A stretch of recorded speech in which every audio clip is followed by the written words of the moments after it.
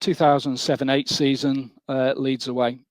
So Ellen Road, I think it was my first time at Ellen Road, under Ronnie Moore, I think it was, wasn't it, back then?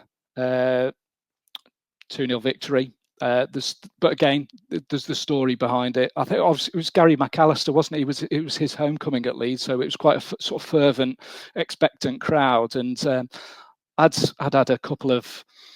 had a bad period actually in my life, really. So I was a bit low, and I kind of disconnected a bit from Tranmere and whatnot. And a couple of the lads that I played cricket with, one of them's a really, really big Leeds fan. So he said, "Oh, I'll get tickets." So I was like, "Well, great." I kind of needed that male bonding connection at the time. So I was like, "Oh, great, he's getting tickets. Brilliant." And then realised I was going to be in the home end.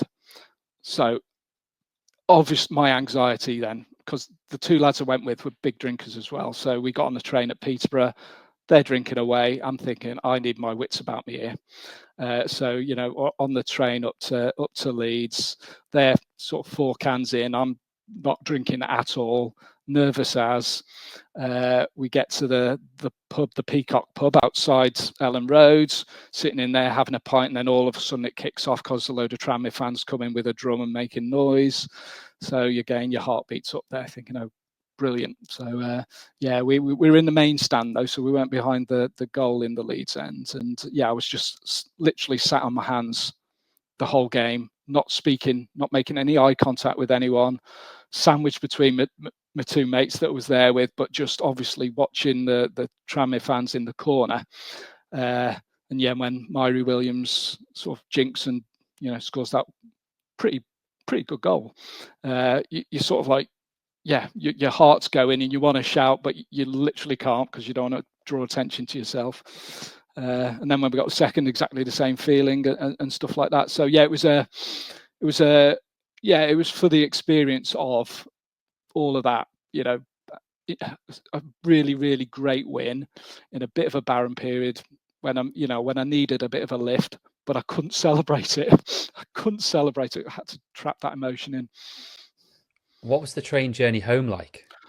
Well, that was even worse than the train journey up, because we get on the bus. We walk back to the station, I'm thinking, right, I'm free here. I can start talking, and if anyone picks up my accent, I'll be absolutely fine.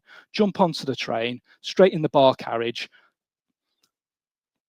Transport police one end, Leeds big boys right next to us. So we literally jump into the bar carriage, order of drinks, and then they close the bar, and we're sandwiched there, the three of us, in between the police and the Leeds heavies. And I'm just like, I just absolutely needed to relax and I need a drink. But I'm sat there supping like this, hoping no one speaks to me, etc., etc., etc. And so that was a very long journey till about, I think a load of them got off at Wakefield Westgate, and then they all got off at Doncaster, and then it was right, sigh of relief. All right, I'll have a proper drink now. We get home. So it was a day full of kind of inner celebration, but coupled with real tension. Yeah, sitting on your hands and bags of nerves by the sounds of it. Have you not got a Yorkshire accent that you can pull off, Paul? Not without getting battered. No.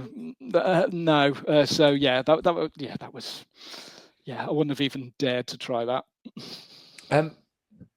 I was going to get you to do it on the podcast, but I won't. I'll avoid that embarrassment for you.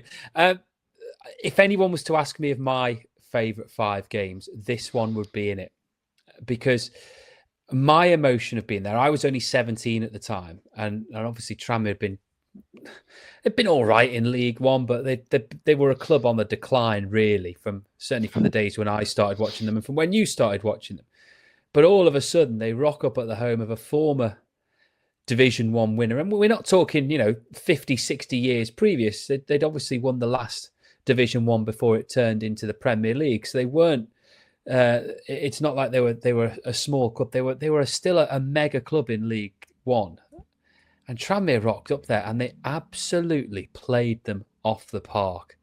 And I just remember standing there when Ian Moore scored the second. And that's a story in itself, because Moore had obviously had a big fallout with Leeds and with Dennis Wise during his time there. I think the story goes that he was told on the pitch after their last game that he was going to be getting released, and suddenly he's back at Ellen Road and scoring. I just remember being there when Ian Moore scored the second and thinking, Tranmere are winning at the home of the former champions here. This is incredible.